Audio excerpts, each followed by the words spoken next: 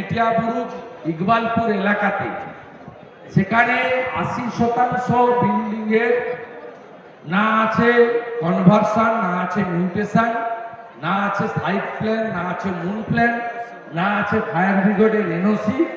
সমস্ত illegal construction হয়েছে এবং এর সঙ্গে মেয়রের সরাসরি আর্থিক যোগ রয়েছে। কিছুদিন আগে ইডি আমির আলী বলে একজনের বিছনার নিচ থেকে 17 কোটি টাকা ওই এলাকা থেকে উদ্ধার করেছিল, আপনারা জানেন।